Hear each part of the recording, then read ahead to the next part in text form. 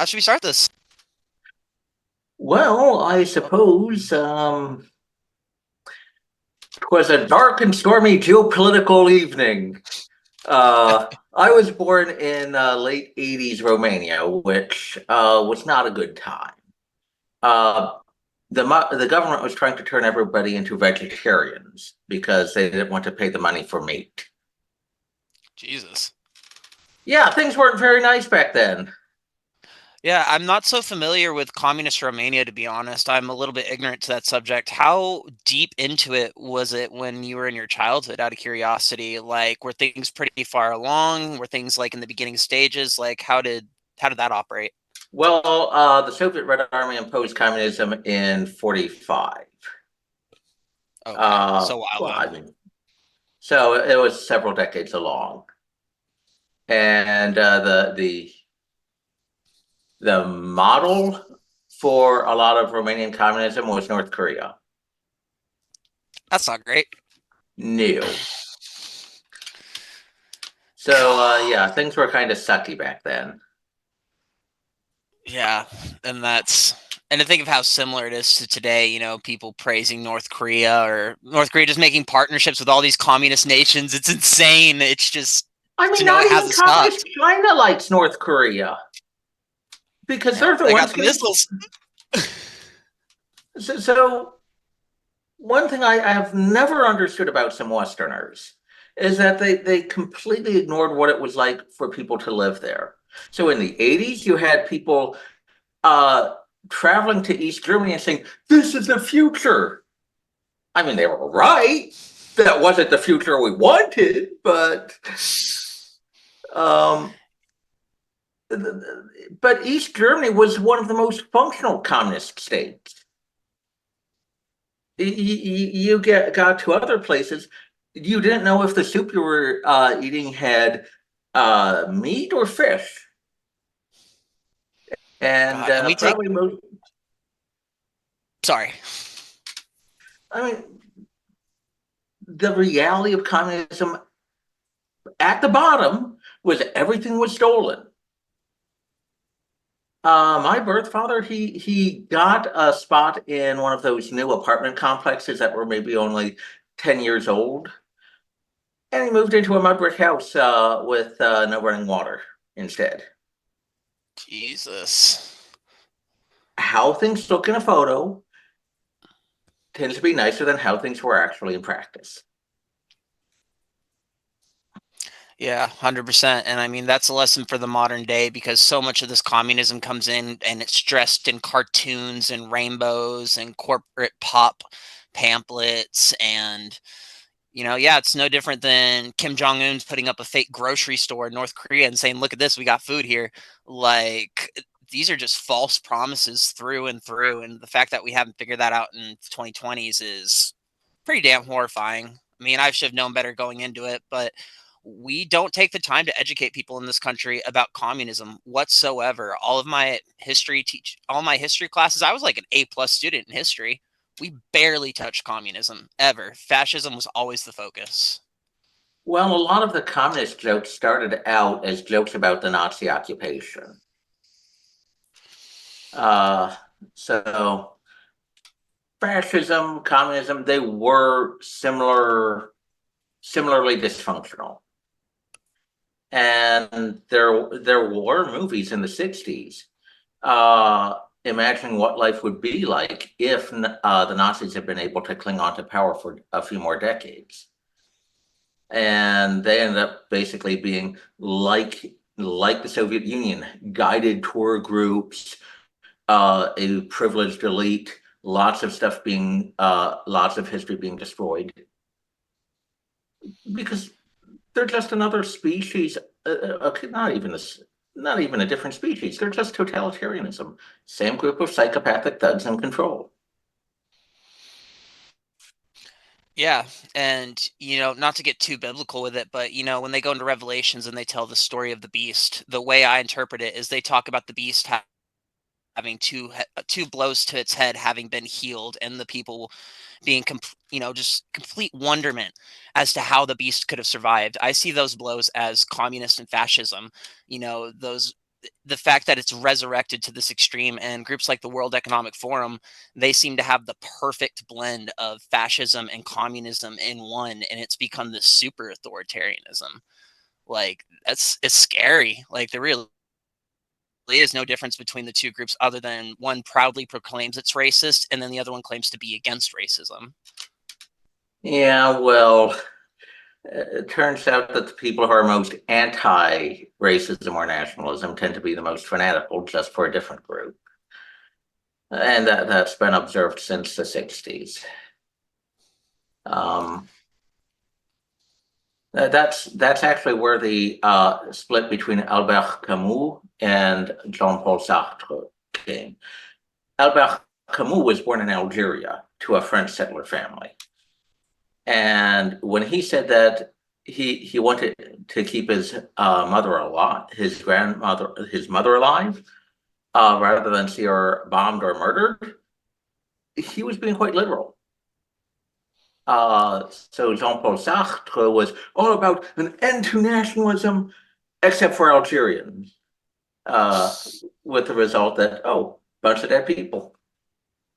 So it's a, do people really believe in the end of nationalism, or do they believe in nationalism that can be used to destroy the existing order?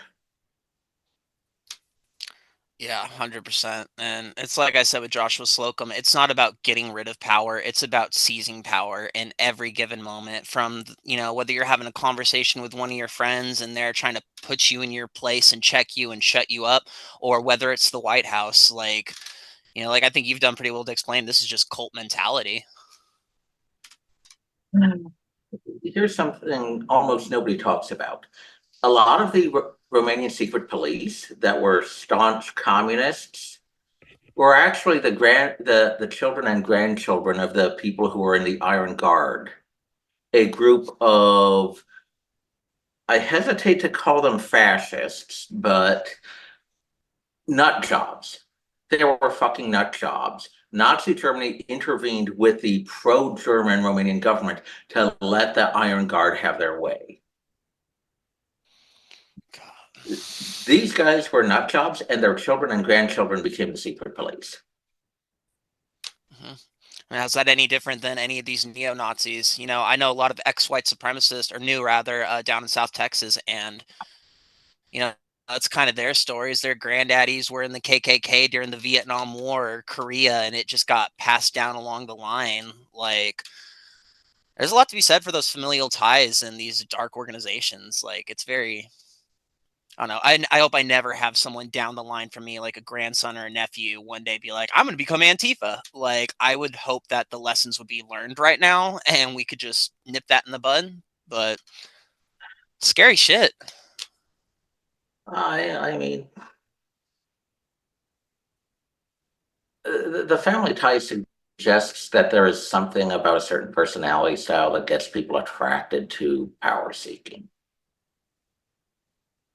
Um, and I mean, there was speculation after Nazi Germany that it was the authoritarian father made a young boy so terrified that they would seek to surround themselves with power and violence to Hmm. keep themselves safe psychologically. And that, I mean, kind of seems to have been an explanation for Nazi Germany, but that doesn't explain the people beating people up here in the US. Yes and no. I tell Joshua Slocum about how my father got really close to white supremacy and how, in believing that he was so closely involved and believing he was a literal white supremacist, even though he wasn't, and he just got a little too close to it. That thought of like someone in your family being a Nazi, or a lie that he told me about my grandfather, which I didn't even realize was a lie after all these years, till a couple months ago after my Buck Angel interview. He had me convinced that my grandfather was a Red Hood for the KKK in Alabama. And he told me that my grandfather took him out to the woods and showed him where they hung black people and told this whole elaborate story, which turned out to not be real. But in that fear of like believing it could be so close to you, yeah, you kind of wind up naturally gravitating towards the communist. And I have another friend who's kind of in the same predicament, except his father was a white supremacist and they're currently in their runaway period. But his younger brother, he's maybe like 20, 21, I think. he's going full communist because he hates the shit that he saw with his father, and he feels embraced by Marxism and Leninism and all the stuff that, for the most part, most people don't have these Nazi ties, but for the few that do, we or believe that we do, we can really get those people riled up and get it into their heads that yes, these things are very palpable and more common than you may think. So do people see the alternative to that as being communism, as opposed to just trying to treat people equally and in accordance with law and freedom? I think that most people in my generation think equality had its due and it's time for equity, and others don't see the difference between the two words because they are so similar. But, I try to argue people out of communism with the knowledge I know now post Antifa. And you get all of a sudden they want to use big words and they want to sound all pseudo intellectual and they're talking at you like a book. But then you come at them with stats and death tolls and stuff like that. And then they start to back down a little bit. And by the end of the conversation, it's always the same. Well, at least it's better than capitalism. It always comes down to that, I feel like. Spoken like someone who's never been on a collective farm. And then we shit I, talk the survivors too, like Naomi Park. Like, what? She's some conservative right wing bigot because she said something nice about Trump. Sorry, she got sold into sex slavery and escaped not only North Korea but China. Like, but and she's she a was bigot. one of She the was lucky not. ones. She was one of the lucky ones. Yeah, and thank God she's here to tell her story. And for people to disrespect that, or that little old lady who escaped Mao's China, I can't remember her name for the life of me, but I love her to death. Um, It'll dawn on me later. She's done stuff with Jimmy Dore and Benjamin Boyce and super Z sweet old Van lady. Fleet. Yes, yes, yes. I love her. But for some reason people fucking hate her. And that's wrong. That is so beyond wrong.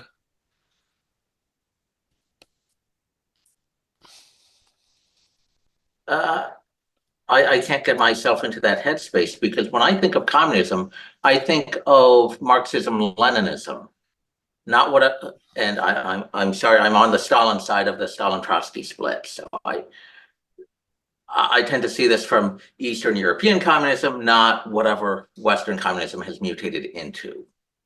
Yeah, and I'm still very uneducated on these matters. So a lot of the things you're telling me, I'm still learning. I still feel like I'm a student and trying to understand these things. So I hope you can forgive my ignorance on some of these things. I mean, knowing what you're ignorant about is an answer to the question because when I think of communism, I think of a lot of it is economic policy, the whole collective ownership of the means of production, meaning collective farms, meaning the sort of institutions that were horribly unproductive during my childhood. Um, so when people talk about, oh, what's your job going to be under communism? I know what my job would have been under communism. I would have been mucking out stalls for cattle on the collective farm or fishermen for the fish packing plant. That's not that hard to imagine. Yeah, and I think it's not hard to imagine too my generation wanting somebody to tell them where to go. They're so socially anxious and awkward that they can't put in a job application or send an email or shake someone's hand and look them in the eyes. A lot of them want to be told what to do and where to go. Whereas me, my biggest goal in life, I'd love to be a tattoo artist. I can't be a tattoo artist under communism. I mean, look at Europe right now. They're regulating the hell out of all the inks to where people can't even get their damn supplies. So it's like, I think people just want to be told what to do at the end of the day, or at least my generation does, where they've been dumbed down and primed to that point, I think. That makes a scary amount of sense. Eric Fromm, Escape from Freedom.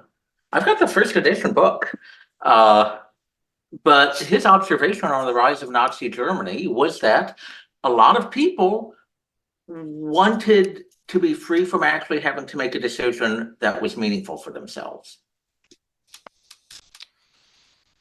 Yeah. Uh,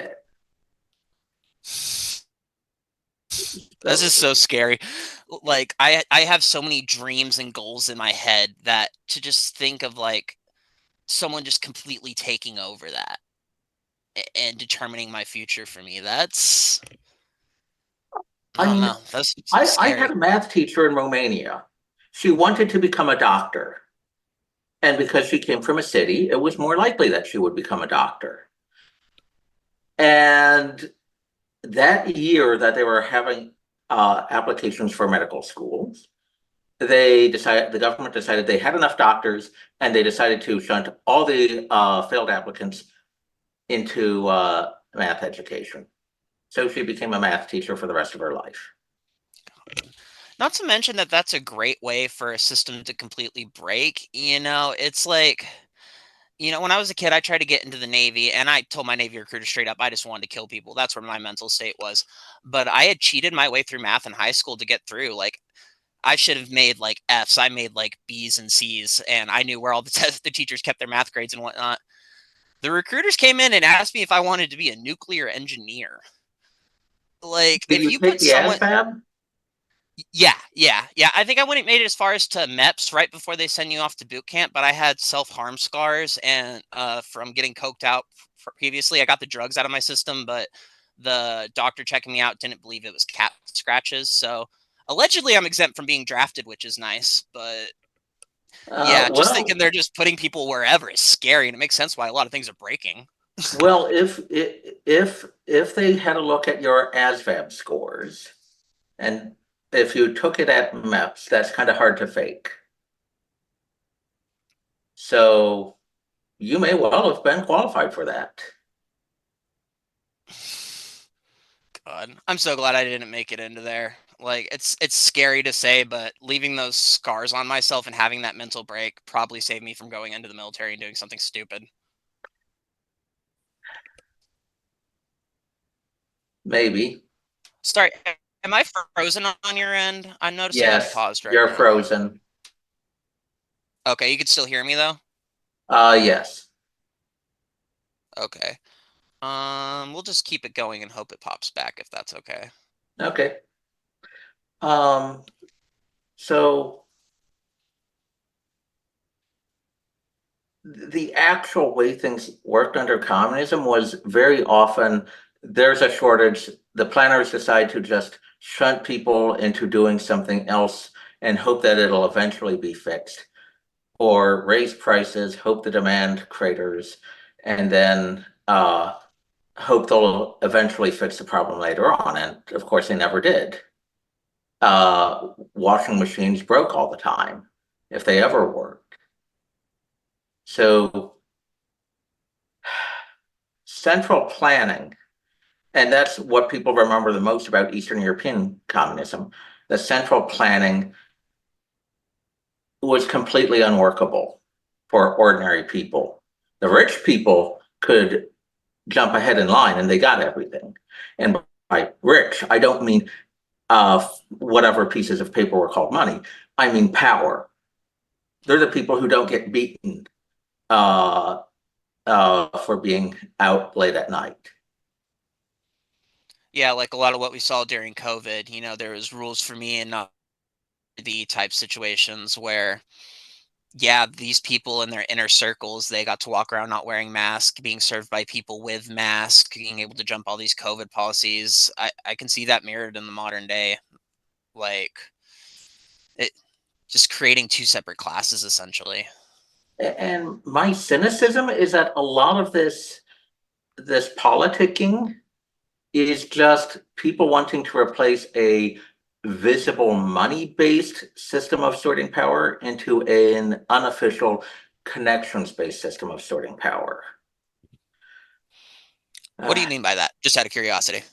so, for example, uh, I don't exactly have the biggest apartment here in DC, and that's because I pay for it, and I'm not willing to pay for more. But under a system of connections, where apartments are centrally allocated, the apartment you get depends on your connections. So I knew a professor who was kind of bottom of the barrel in terms of connections. So he used to own an apartment, and it was subdivided into 2 units because he didn't have connections. Whereas I know an ex-military wife from Romania who had connections, and therefore she had a huge apartment I because see this what you're was saying. centrally allocated. Connections with the people making the allocations got you a nice place. And if you didn't have connections, you ended up deciding that a mud hut was better. Okay. But because it's unofficial and because it doesn't have something as easily tracked as money, people could pretend that it was all equal. Hmm. Okay, that makes sense. And that's just me being cynical because, I saw that. Yeah, no, I totally see what you mean. It's wild how much of this is just veiled before our eyes, but not really at the same time, you know what I mean? Like, I don't know, man. It's just a wild world we live in. Like, all this stuff is just so, God, I don't know. Really appreciating getting to talk to you right now, honestly. Like, these conversations have really been amazing. It's nice actually talking to people that are willing to go deep into these subjects, whereas in a place like this, you're always just kind of kept secluded and off to yourself, and people don't get why you're spiraling the way you're doing. So it's just like, all right, I'm gonna go spiral on my own. But this feels constructive. Well, I mean, I don't, and my cynicism probably comes from the very visible failures of Eastern European communism, which I think was a sincere effort to implement that, at least from the top. I cannot understand Western communists. I understand they were from the Trotsky side of the Stalin Trotsky split, but it seems completely utopian. I don't see any talk about serious economic criticism or planning of how would you actually run something like this. Well, it's because there's only so much information you can pack into a meme. Like, that's where my generation is learning. Like, this is the internet and pictures with up to 2 or 3 sentences max of a collection of phrases, mantras, and slogans that people agree with. There's no in-depth analysis. Black Lives Matter in the beginning was very specific. That lasted like a month or two. The more people jumped on, they're like, no, we don't want specific. We don't want specificity. Yeah, that word. We don't want people being nuanced. We don't want people having a collection of ideas. We need something that can get across to people's heads in a meme or a slogan or a picture. So it's all just stupid as it is to say it's memes. This isn't this is just surface level thinking, I guess, is another way to put that. There's no even for a lot of the devout communists, it's just in name only, I feel like. When you say in name only, do you think that, what do you mean by that?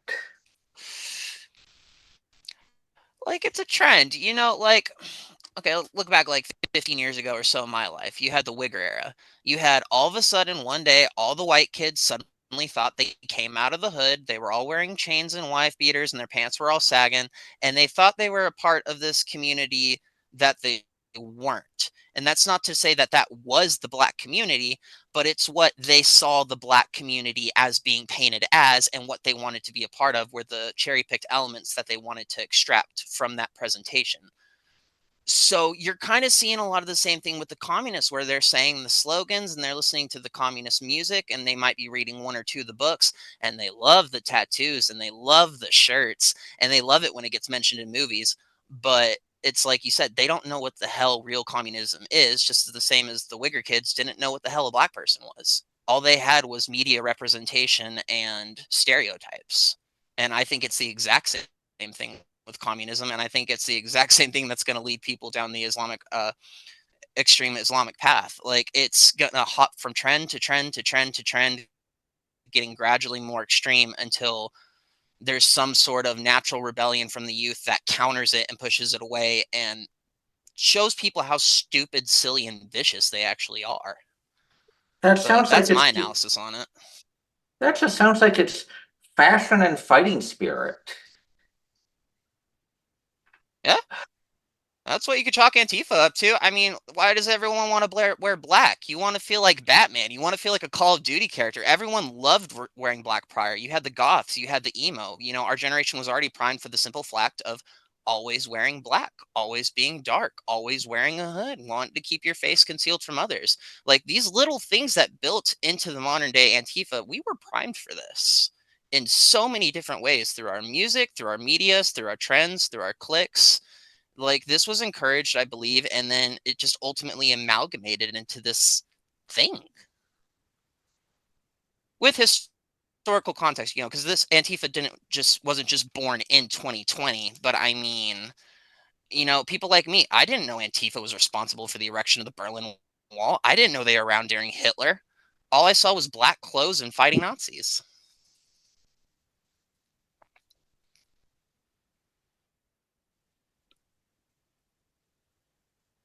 I'm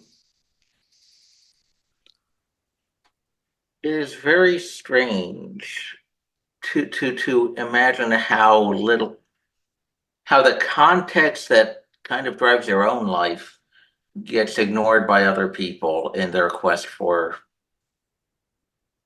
some momentary fashion. I'm Yeah, that's life, I guess. It's dark. You know, it's like I was telling Joshua Slocum too, like everyone thinking this was about Black Lives Matter. Any race would have done for this. This could have been about Mexicans or Asians or trans people or whatever have you. These riots and these events were going to unfold one way or another, and it had absolutely nothing to do with the African American community at all, ever. People might have thought it did, and it may have been a nice thought, but you know, for certain people that was certainly the case, especially within the African American community. But for groups like Antifa that preyed upon that fear and all that, like they would have jumped on it regardless. It's so sad. And but that's my history. That's something I did too. I'm not exempt from that. Like that was my racist behavior. That was me using a community of people and their collective trauma and taking these instances, you know, always demonizing the people who said George Floyd wasn't killed when now we know George Floyd wasn't killed. And now there's all these other martyrs like Next Benedict, you know, or I tell Julie Belling about how I wanted to kill people on the right. I wanted to grab one of those guns off one of those rednecks at the protest and shoot them because I was so drunk and angry and pissed off. But you know what would have happened if I had done that? Antifa wouldn't have looked at that as a negative. They would have seen that as a net positive and turned me into a martyr. And no matter what the story was, my face would have been on a shirt. It would have been on a sign, just like fucking Michael Avenatti or whatever his name was up in Portland who got shot. Like they are waiting for these kids to die so that they can write their story. Just like when Itself died at fucking Cop City and the little bastard got shot for going against the cops and acting like a terrorist. Horrible as is to say, it's like they waited for that person to die and then rewrite their story. Never mind the fact that this person wasn't itself, you know, identifying as that could have been a story about mental health. But no, it was a story about a brave soldier who got gunned down and assassinated by the police. So they're looking for martyrs. It's a cult without cult leaders. They base it around the people who die for it.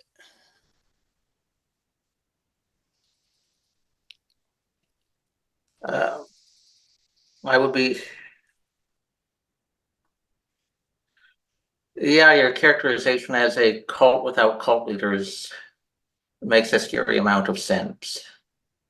It's like people are looking for a fight and they'll find any excuse for one. That's my Uh, interpretation. no, and it's completely right. And the thing about it is, you know, you talk with Scientologists and all that. People can leave Scientology, and most people would look at that person and be like, "Oh my God, you were in a cult. Like, how are you doing? How's your mental health? Can you tell me a story about that?" You talk about leaving Antifa. There's no support for that. You know, I'm one of the only people right now talking out on Antifa, and I'm here because I'm pissed off I wasn't seeing anybody. You know, there's no talks of this being a cult. There's no talks of it being what it is other than the media, be that mainstream media or local media like we have here with the Eugene Weekly, pretending that these are brave heroes. And yeah, it may get dangerous from time to time to get in, but hey, it's mostly peaceful, right? Mostly peaceful. That lies what got me to the protest in the first point, because I knew damn well it wasn't mostly peaceful. Now I thought it was just the Nazis and the people on the right that were coming out and doing the damage, but I knew damn well that was a lie from the start. Like, there's no value of history. I was raised by a history teacher. I, at the very least, treasure history, even if I get it wrong. And may I never get it wrong like that again, but like, history is important. The things that happen are important. And we can't have these stories rewritten to where 300 years down the line, it's a game of telephone and it's just gotten worse. It's like, how are these stories going to evolve in 100 and 200 years? A black trans woman didn't start fucking Pride. But here we are 50 or so years later with that notion. And now you have Marxists marching for it with murals painted all over this goddamn town. Fuck Fred Sargent. Fuck the white guy. Fuck the gay white guy. He didn't start any of it. No, it was this black trans woman who wasn't even trans. These lies become bigger and bigger and bigger, and people are willing to kill over these lies. Like Fred Sargent, the founder of Pride originally, or Gay Liberation, would not have been attacked if people knew their history, because in their head, they would only be attacking the Pride founder if they attacked a black trans woman. So this white guy's a go. Get him, pour coffee on his head, beat him, take his sign. I It's just saw so I, dangerous. I saw the footage of the incident.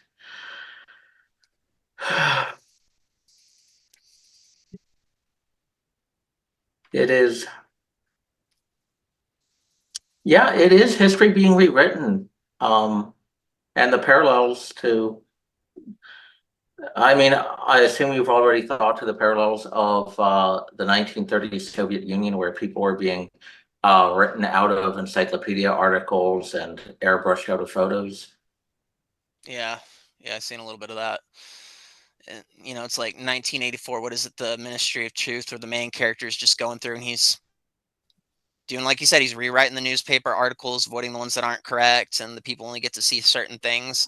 I mean, that's Google right now. I mean, any issue you want to look up, look it up in Google versus DuckDuckGo, Oh and yeah, just look at the results based on that. It's scary. I was trying to look up a specific professor who was involved in a plagiarism scandal in town, and I couldn't find any news articles regarding her in Google. I could find articles regarding her in DuckDuckGo.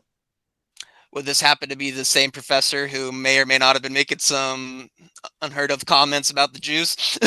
No. Oh, different one. These Uh, professors have gotten out of hand. There's so many at this point, I feel like. this was just a more conventional, highly dysfunctional person who ended up not understanding that she had to actually have a different test than the previous professor wrote. That's such a nicer scandal. Yeah, it's smaller scale, but Yeah. Yeah, no, uh, I see what you're saying.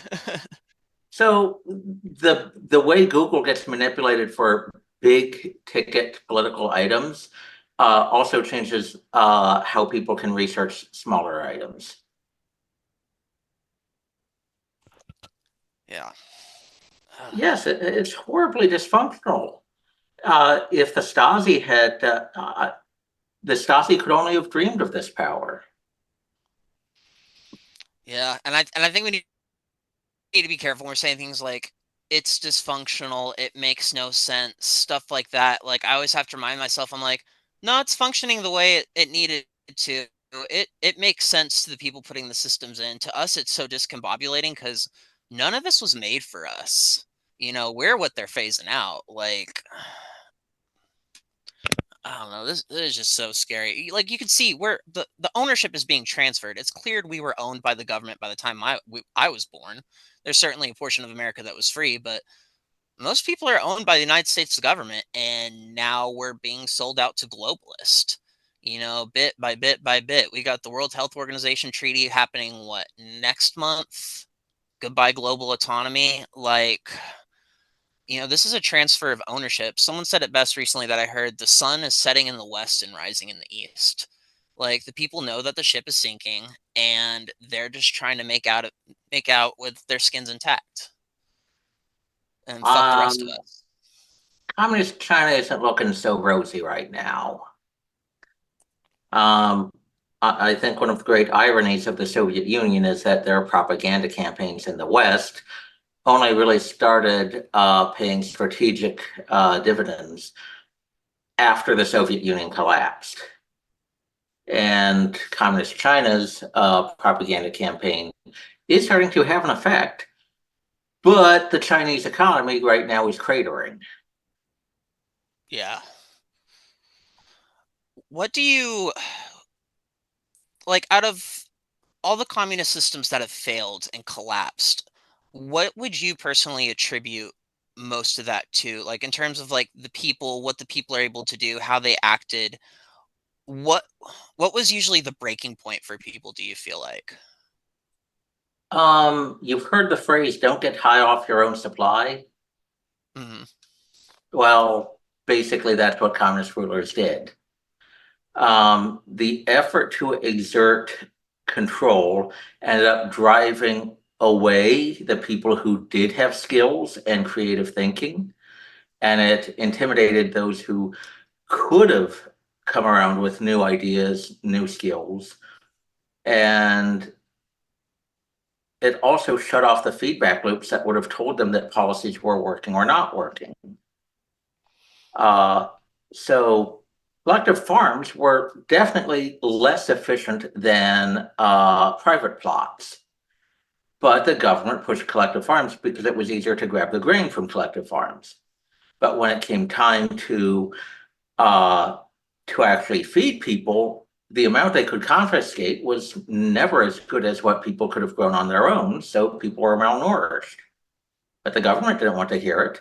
They shut down anybody who said that the agricultural production would have been better under private plots. And the result was generations of people being malnourished. Yeah. I feel like minus it being far along, of course, like I feel like we're already starting to see that with like I mean, goddamn everything. Doctors, lawyers, professors, And teachers. Like, I could speak for myself. I want to go to college, but like, I'm scared to go to college because am I going there just to argue with a professor or get indoctrinated? Like, I'm not going to pay money for that. um, Like, well, do you want to go there to get a credential or do you want to go there to learn? I just want to go to learn. I could give a crap less about credential. If I could go to college and just Okay, tattoo, I'd be happy.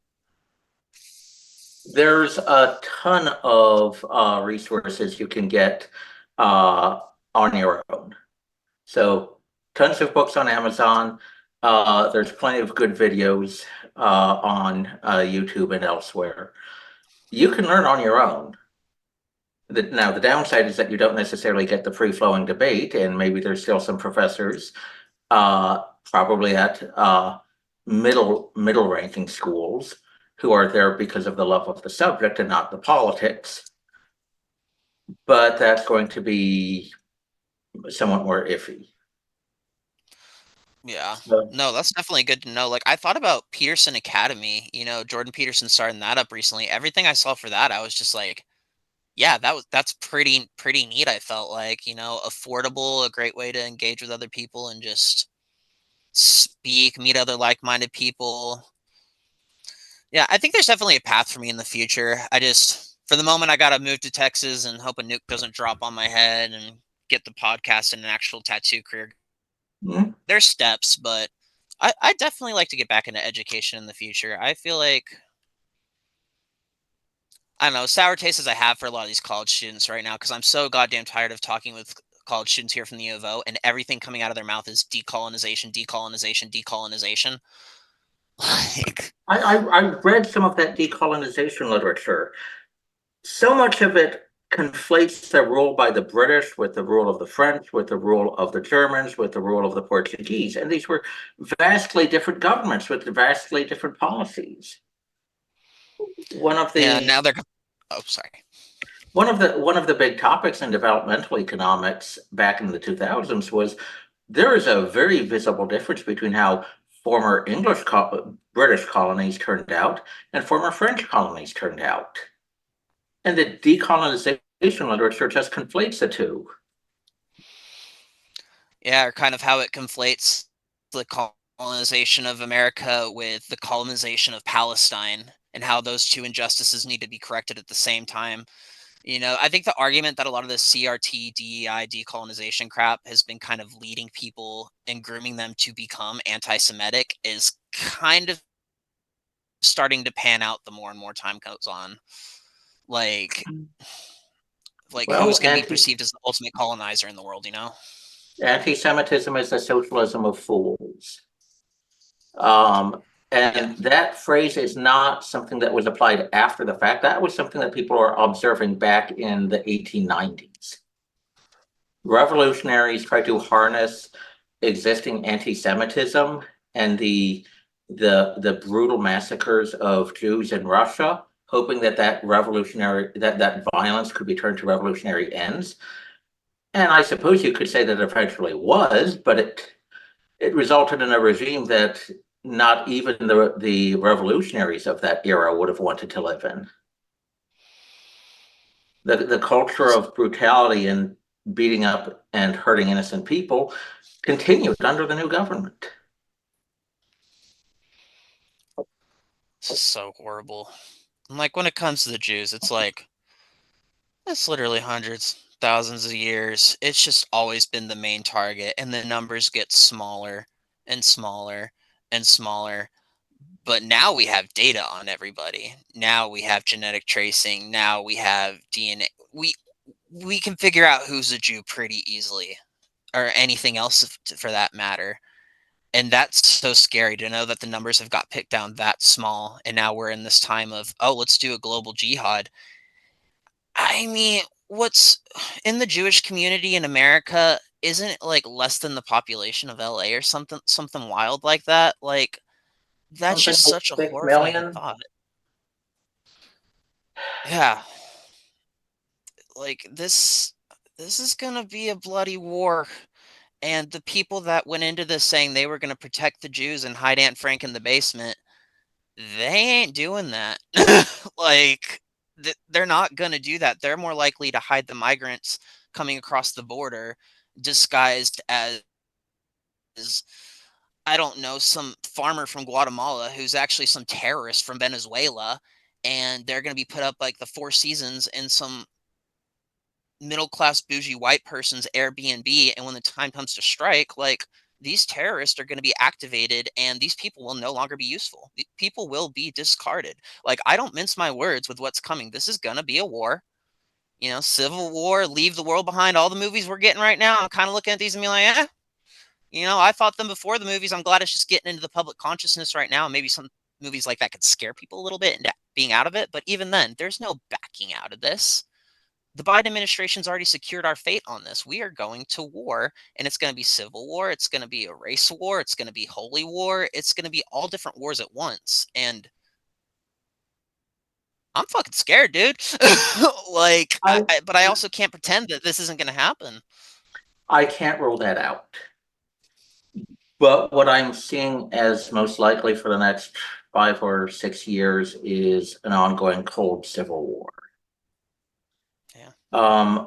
A fight over institutions. I don't think that various factions feel that they have enough armed strength to attack their fellow citizens yet. So there's certainly elevated risk for terrorism and for foreign espionage as a result of the open border. But is that likely to be large enough to be a war? I don't think that is the case yet.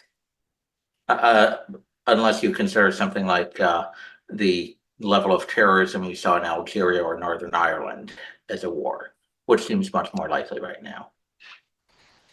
Yeah.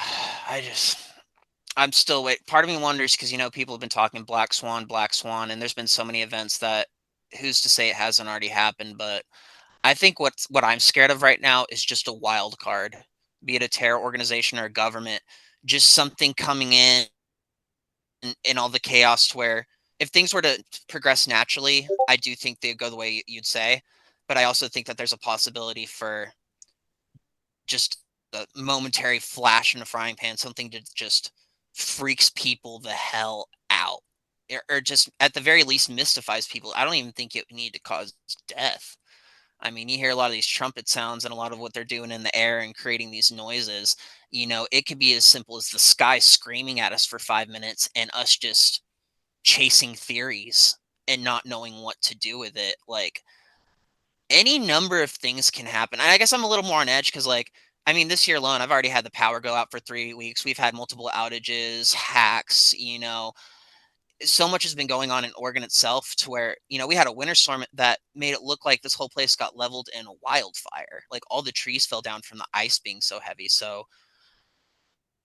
it's just this visual imagery of apocalypse constantly to where how it's wearing on people's minds, people are just stopping. They don't give a fuck anymore. It's why you have people punching 9-year-old girls in New York City or pushing people into train tracks. They don't give a shit. And that's scary. And I feel like that could accelerate things because I do believe that in the far right and the far left, in the World Economic Forum and in the United States government, there are accelerationists who want this to go faster and faster and faster, as drawn out as it is. And which isn't to doubt anything that you're saying. I hope and pray that it is that way. So at least then we have time to work with it. But I hate sounding like a nihilist when it comes to all this, but Well, I don't know. you should see me in my moments because I see political attention being political power being centralized, but the political decision makers having the attention of fruit flies. They end up just focusing on whatever's in the newspapers. So a lot of the vital things that government is supposed to be there to do, like maintain infrastructure, isn't happening. Uh, so power lines going out because nobody decided to see if they were still likely to survive changing conditions. Yeah, that's what happens when the boring everyday stuff of government ends up getting destroyed by politically obsessed superiors. Everything Yeah. fucking breaks down. And it's like a mix of that ignorance and stupidity, but also with like it's so much of it feels deliberate at this point. Like Palestine, Ohio. I mean, Pete Buttigieg had nothing to say about that whatsoever. And The didn't guy's a his dad come moron. over? Well, he's a moron for sure, but didn't his dad come over and do like English translations of like different Maoist literature and stuff like that? I can't be completely sure on that, but I think it was something along those lines to where, why the goddamn, I'm just gonna say, why the hell are all the goddamn trains going into the rivers and the factories blowing up? And it comes off as more than negligence. It comes off as a cover up. I think, well, one, sabotage does seem like a possibility for a few incidents, but on the scale that we're seeing, this looks like the results of years of negligence. Because look at some process safety videos on YouTube, like from the Chemical Safety Board. They have great videos on process safety. But what is required for process safety? Attention to detail, trying to think about what's going to go wrong, and having a consistent plan. The current political culture makes that impossible. Forced optimism means that you can't admit that something's likely to go wrong. People are punished if they have attention to detail in political realms. So if they have attention to detail in a technical matter, they end up getting punished for it. Or they're scared they're going to get punished for it. And there's no consistent planning. No plan survives the interference of somebody trying to look good for the cameras or look good for whatever DEI or whatever boss they've got. So there's nothing, the normal things that you would require for process safety are being destroyed.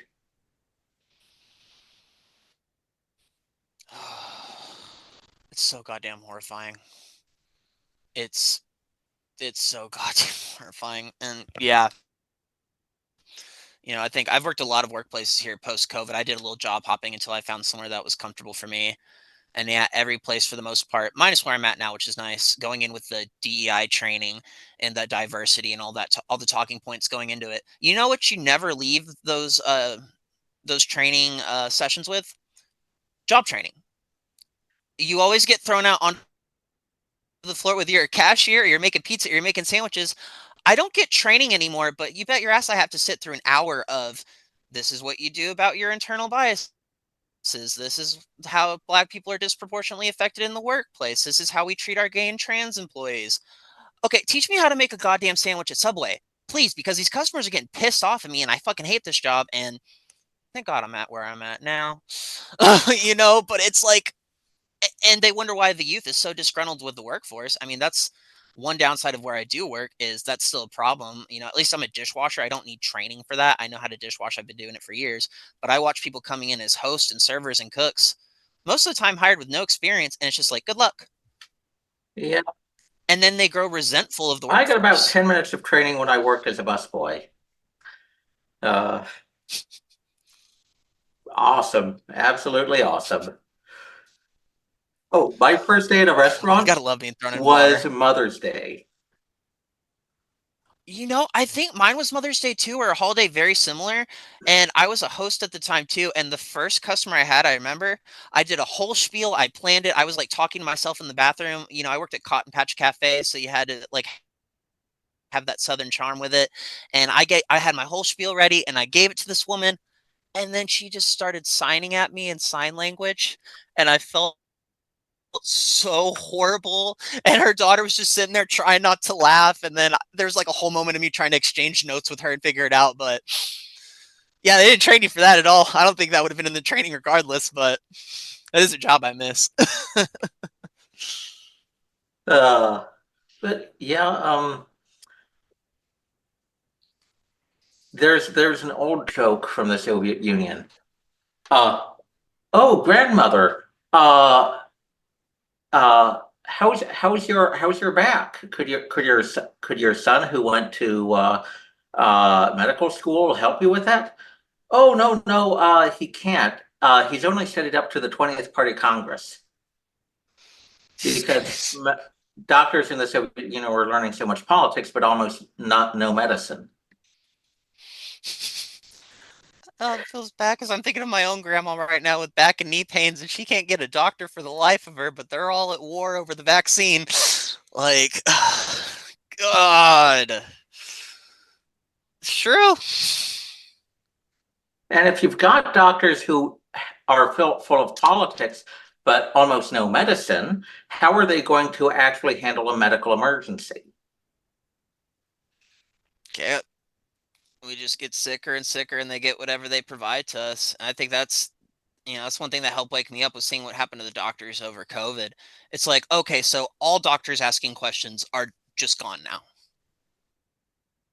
Like they're just gone here now. And most of the doctors and nurses that we have now, okay, the amount of like sexual harassment, sexual assault, all that type of crap that happens in these hospitals is wild. The Eugene Hospital, I believe, is still shut down right now. So people are coming to the Springfield Hospital. So that's overloaded. All the mental health centers, I think, are starting to empty out at this point. You're dealing with a very low staff, usually about 20-year-old white girls fresh out of college. And unless you luck out and you get the hardcore middle-aged dyke who's been doing what she's been doing for years and she's stuck it out through all this bullshit, then you're going to wind up getting some college grad kid who doesn't know anything about anything, who's going to turn your physical ailments into a thing about your mental health. I went in for heart palpitations. They were trying to prescribe me antidepressants. What? Yeah, like I had to go because I was having heart palpitations, and by the end of it, the actual doctor, the middle-aged dyke that I spoke of, she came in and she's just like, hell no, you need to quit coffee and cigarettes and all this. But the person before, I just got a mental health form, and I was just like, I'll answer it honestly while I'm here. Why not add to some statistics and let people know how people's mental health is? Yeah, he spent like 10 or 15 minutes trying to push antidepressants on me, even though I'm like, no, I was a kid. I've already done every antidepressant, antipsychotic, anxiety in the book. I really don't want this. And like, Okay, but it's gotten a lot better now, and it seems like you really need it. And I'm like, with all due respect, you're not my therapist, and I haven't disclosed anything to my personal life on you. I just checked a couple of boxes, and I would really like for you to back off on this right now. And of course, was very persistent until he left. And I just remember being like, what the hell? Like, I did Okay. not come here for a mental health evaluation. Like, I feel like I'm going to have a heart attack. That's very different. This isn't anxiety. This is chemically induced. Okay. That sounds like guesswork by people who have no idea how to prioritize. Yeah. Yeah. We're in a wonderful world of incompetence. It's.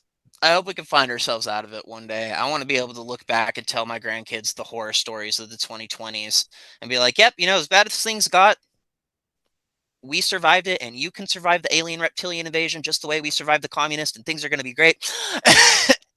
you know? But yeah, this is a golden age of stupidity and idiocracy. I mean, one of the observations about the fascists and the Nazis and the communists was a lot of these people were actually really fucking stupid. They used they used Yeah. ideology and politics to force out the smart people so they could take their jobs. So one thing you might find interesting is reading up on the German Gleichschaltung. Um, uh, a lot of Nazi supporters ended up forcing out rivals in their fields, like doctors would end up beating up rival doctors, engineers would beat up rival engineers. So, I mean, there's the gloss of ideology over it, but also fundamentally it was a fight over jobs. So the people who won, were they the smartest people? No, they were the idiots. God, that's so. It's scary, but it's true. Uh, which is kind of nice because it means you are dealing with fucking idiots. I By mean, the same token, the power we've given to those fucking idiots. Like, I mean, when people are scared that, oh, we're going to live in 1,000 year police state, I say, no, no police state can last 1,000 years because it's just too dysfunctional. Uh, one party rule breeds incompetence and corruption, and that eventually breaks everything down. And when you have a system of promotion on the basis uh, of being a psychopath, you're going to have systems break down, even the systems of oppression. This can't last. Either either they get out of power because they're incompetent, or everything breaks down and nobody's left, and somebody else moves in the void. and I think that's a scary part too. Is are the ones who are going to move into the void? Are they the ones capitalizing on this? Are they the ones helping to orchestrate this? Like, yes, it's all breaking, but does that mean that those in power behind the systems that are breaking, that those are the bad guys, or is it going to be the next ones? Because that's one thing I'm worried about is like, this whole plan with Yuri Bezmov and giving us the stages of taking down a nation. What happens if the people get to the point where the people who orchestrated those plans realize that the people are pushing back on that plan? What systems and fail safes are in place for should we actually start to make progress, and what are those potential blind spots going to be? That's what I'm worried about. That's what I think we need to figure out. Catch. We need to try and do what they're doing and be one or two steps ahead for every action. Consider what the negative reactions are going to be, because I'm worried that even the conversation you and I are having right now may be a part of that plan, and that even though we may be out a good message and educating people, that all may still be part of an ABC step by step. And Um, I have a lack of trust these days, if you can't tell. oh, you should see me. Um, But I've also seen the aftermath of communism, not just some of the more unpleasant sides of it. And the aftermath, while chaotic, was still very definitely an improvement over what took place before. And one of the things that made the aftermath a heck of a lot nicer than communism was a relatively free flow of information and the ability to compare notes between people and outside of the country. Makes So sense. um, I'll try to stay focused on this. Um, the dictator Nicolae Ceausescu was grossly incompetent. Everything was breaking down. Uh, so a bunch of generals planned a coup, uh, and eventually, uh, after the secret police killed a bunch of people in Timisoara, there was a big crowd that rushed forward during one of the dictator's speeches, and army units ended up attacking secret police units and trying to capture the dictator. Well, so far so good. That looks like a real revolution, right? Maybe it was, maybe it wasn't. But in the aftermath, the people who ended up taking over the National Salvation Front, ex-generals at secret police, etc., uh, were pretty darn corrupt and nasty people themselves.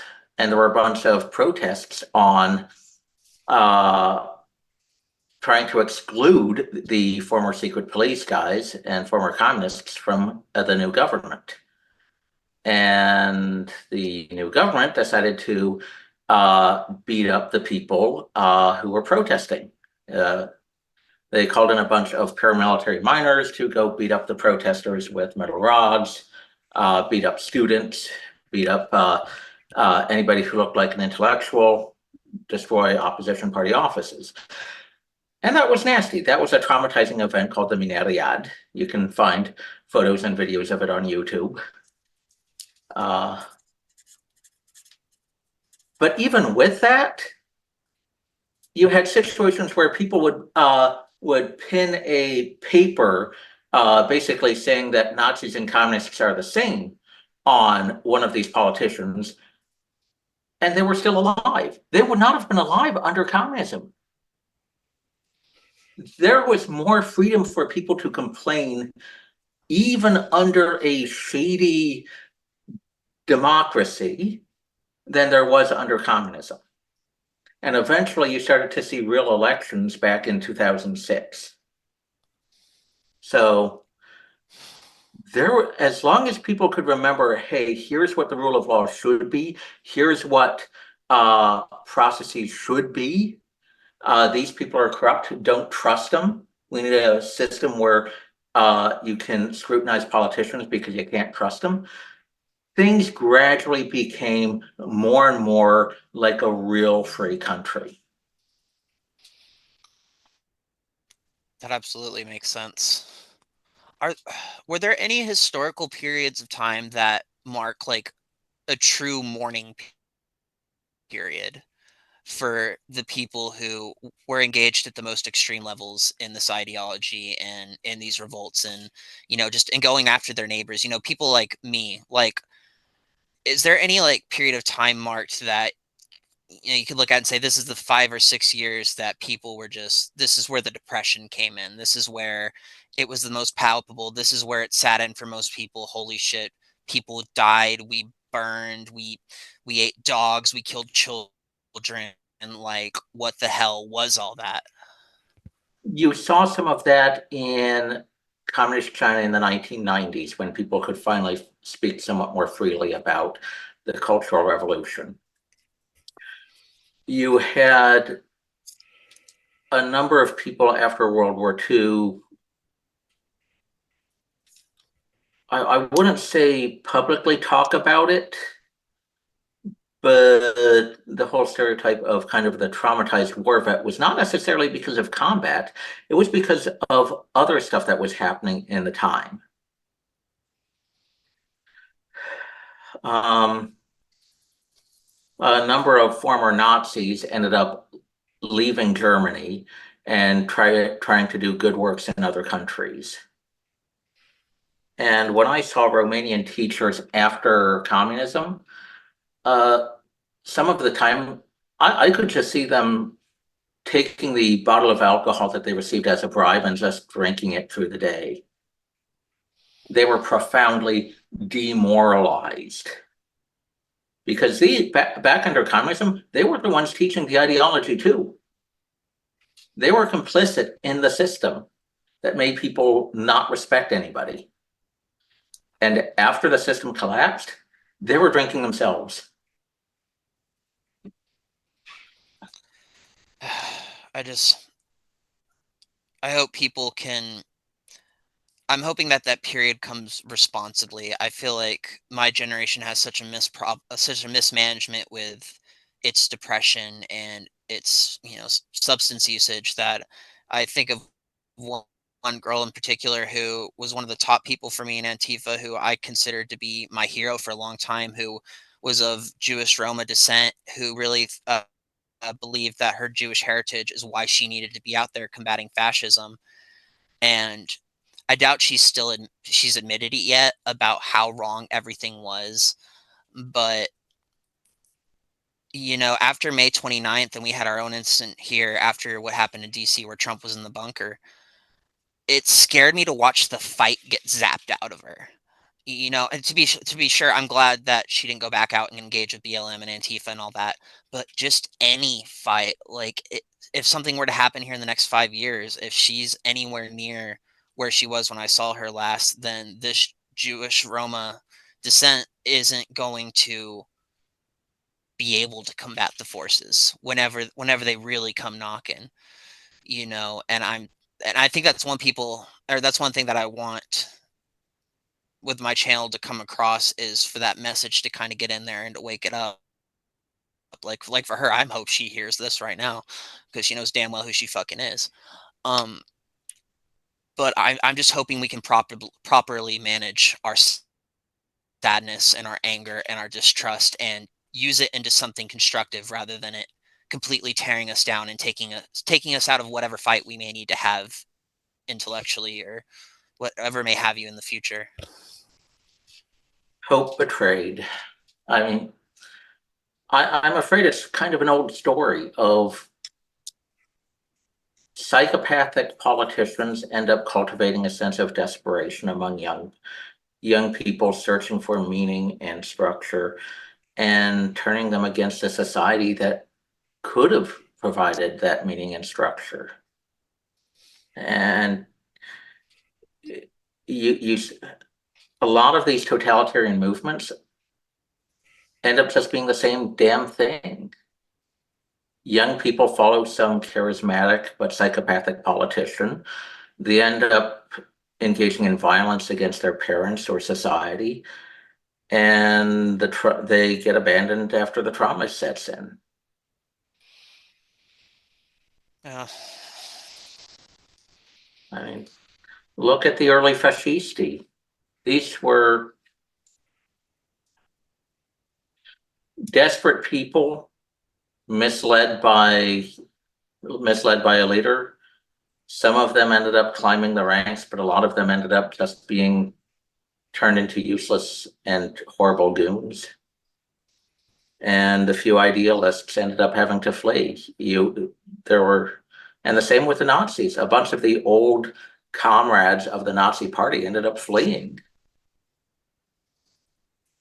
And I have no idea what happened to them, but a bunch of them were interned in camps during World War II and questioned about their background, and you just never heard about them again. It's like they were trying to hide from the world after those experiences. Yeah. Well, Cyprian, it looks like we're pushing a little over an hour here, so should probably try to start wrapping this up. Before we do, is there anything that you would want to ask me or say to the audience or anything like that? Well, I was kind of wondering if you'd noticed any differences in scale, like did people respond differently to $20 versus $200? So, I mean, how did people actually perceive the world around them in terms of scale, and did they pay attention to how? Uh, okay, I'm being garbled. People perceive scale logarithmically, not arithmetically. So I'm wondering if that played into some of the radicalism. Yeah, I think the radicalism is a result of not being able to judge things properly or to scale things properly at all. These are people who they don't have the skill set to identify predatory behavior. A lot of these people were abused, but have also become abusers, but also spend a lot of time around abusers, around people who are also degenerative or complete cheaters. Th- these people don't keep good company, which it wouldn't be surprising to hear. So these people's meter or detection skills for these types of things in life, they're not really based off of much of anything. So there's no way to scale, you know, a black man dying in Minneapolis versus what's happening in your police department all the way in Oregon. I My God, everyone's judgment is askew.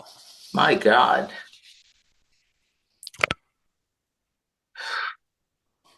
And there's hope. There's the outliers like me. I've met them, but it's just a matter of, are they going to be willing to speak up on the things that they know, on the things that they've seen? Because it's one thing to know it yourself and have a conversation with your buddy, but what's that doing?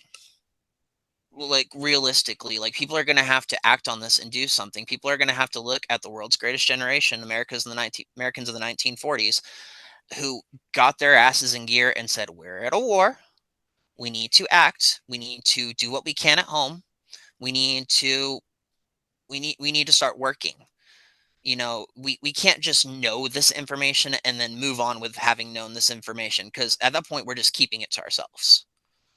So I think just so long as those people can be fostered and heard and allowed to have their voices known, then that's certainly going to bring a blow to things. Because, like, I've noticed reaching out to people in podcasting, so many of these people are just impressed that I can formulate an email or have a conversation or look them in the eye. And I'm just sitting here like, for me, I expect that to be the bare minimum. That shouldn't be impressive. There's too many people like your age and up who are just so impressed with how I speak and how I carry myself. And I just kind of expected everybody would be like this by my age by now. So at the very least, that means you can stand out and you can put your foot forward and you will ring out. There's not really a tall stack of applicants, I feel like, to have these types of conversations. I feel like most people see former Antifa in the email and they're like, holy shit, wow, let me talk to this guy. And it really is as simple as that. I really hope people understand that. Like, send some emails. God damn. Like you sent an email and here we are. This conversation would not have happened otherwise. And it's hour and a half of our day. This is time I would have just been waking up, smoking some weed, having some coffee, maybe reading a book or playing a video game. So, time well spent. It doesn't take much, I don't think, on our part to try and do the right thing and to have our voices heard. And, I do the right thing. Hopefully, this video can be heard by hundreds, if not thousands, of people one day. I hope so as well. A number of of people who had supported communism in the 1930s and who backed away once they realized just how brutal it was, sometimes wrote books or articles pointing out how they were wrong. And it helped catalyze a sense of reaction to the wrongness of it. But as long as people weren't speaking up, the inertia of the repression just continued. Yeah, and it's like the more you don't speak up too, the more you're aiding in the demoralization of the conservatives and those on the right, because what would really get those people pumped up and making them feel like they could fight for their country and having a little bit of hope that I've noticed? Just telling them they were right. hey, you were right about COVID. Hey, you were right about Trump. Hey, you're right about the border. And also being like, I'm sorry. That's really all these people want at the end of the day, for everyone just sitting back and being like, why are the conservatives and the Christians getting so mad? Why are they getting more and more and more pissed off? Because you're not conceding anything. You're not humiliated by your experiences. You're not being humble. You're not coming forward and saying like, "Hey, I had the balls to go out and attack the police and say that I was on the right side of history." Well, turns out that that was a pretty damn big statement, and not only am I going to have to retract on that for myself, but I'm going to have to retract that publicly because I saw thousands of other people doing the same. And we need to recognize that, because my entire life we've been talking shit about the Germans from the 1940s, and from where I'm sitting, I haven't been in a much different position these last few years. And anyone else in that boat, it's going to be the same thing. Okay, I don't have that with me here, but probably the scariest book that I've read is The Nazi Doctors, because the philosophy of medical ethics displayed in that book and the Gleichschaltung being described in that book, I kind of saw being replicated here. It's a lot of the fervor against authoritarianism can be manipulated by authoritarians, not just against authoritarians. Yeah. And I mean, didn't a lot of these Nazi doctors coming in about that time, weren't some of their first facilities disguised as like children and family clinics? If You're I'm not talking about mistaken. Action T4. Uh, Uh, the I'm not too sure. Sorry. Yeah, Action T4 was killing disabled children and adults. And that was a program that was initially kind of secret back in the 30s. Yeah, wasn't it like they were telling the parents that their kids had contracted all sorts of horrible diseases, and that's why they had to take care of the bodies and why they couldn't even see the remains afterwards. It was just like, I'm gonna send them off to get vaccinated or checked out by the doctor, and then it's like, oh, black plague or typhoid or whatever. It's so dark. Like, it's kind of what's happened to the trans kids right now. It's like, oh, depression. Like, yeah, was it depression that made that kid kill himself, or the fact that every single time they peed, it felt like broken glass was coming out of their dick? Like, seriously. It's like, this is so bad. It's terrifying, all right, and probably hopefully America's history of freedom of speech is enough that people can talk about this and talk people down from the ledge enough that all these horrors will not be repeated at the same scale they were in the past. I really hope so. And I do have more hope. The more I have conversations and meet people like you, and, the more I'm seeing the change. 2024, for all the chaos that's happened, there's been a lot of whistleblowers. There's been a lot coming forward. There's been a lot of exposés and exposure. Like, they're ramping up the chaos because they want you to distract from the fact that they're getting backed up into the corner more and more. For as nihilistic as I am, I do recognize that. Everybody knows a lot of these top people are idiots now. Claudine Gay was very obviously not smart enough for what people expected her to be. You've got the head of NPR who is obviously faking her way through life. A lot of these people are idiots. They're capable of great violence and they're able to traumatize a generation, but they're still idiots. Yeah. And everybody knows it now. And it's kind of fun, ain't it? Like, it kind of brings a smile to your face through all the bullshit. You kind of sit there with that thought, and you're just like, life really is a movie. Like, the goons really are just fucking dumb. like, with Maleficent characters sprinkled here and there throughout, for sure. But yeah, I completely agree with you. I have one more final question before we take off here. But what would your message be to people in Antifa or to groups like that? Like, what would you personally want to say?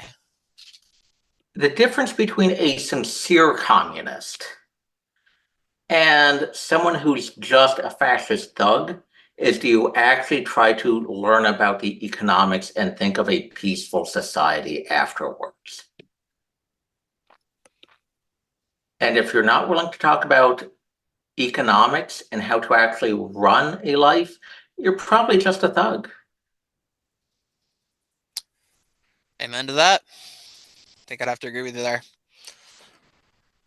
Well, Cyprian, it's been a wonderful conversation, and this has been my first one-off talk with anybody, and I think it's gone really, really well. Usually this is orchestrated by somebody else, so I really appreciate you emailing me and taking the time to hear me out. And where can people find you? Well, I'm running for office, so I do have a website. But I mean, just email me at ciprian.ivanov@gmail.com. Okay, and sorry, I didn't even realize you were running for office. What are you running for? Shadow representative here in DC. Half the reason is that the guy I'm running against was proud of speaking at the Cuban embassy. And if you don't know, there's a bit of unrest growing in Cuba because the system is breaking down even worse. Hmm. So Yeah, the it's just another Democratic country that North Socialists Korea's of bringing on. America are about as democratic as the People's Democratic Republic. Sheesh. Well, good luck to you in your campaign, and I'll wish you the best. And I'm going to do a little digging into that because, yeah, it's clear you're fighting the good fight, and I really appreciate you, man. Thank you so much for talking to me today. Thank you.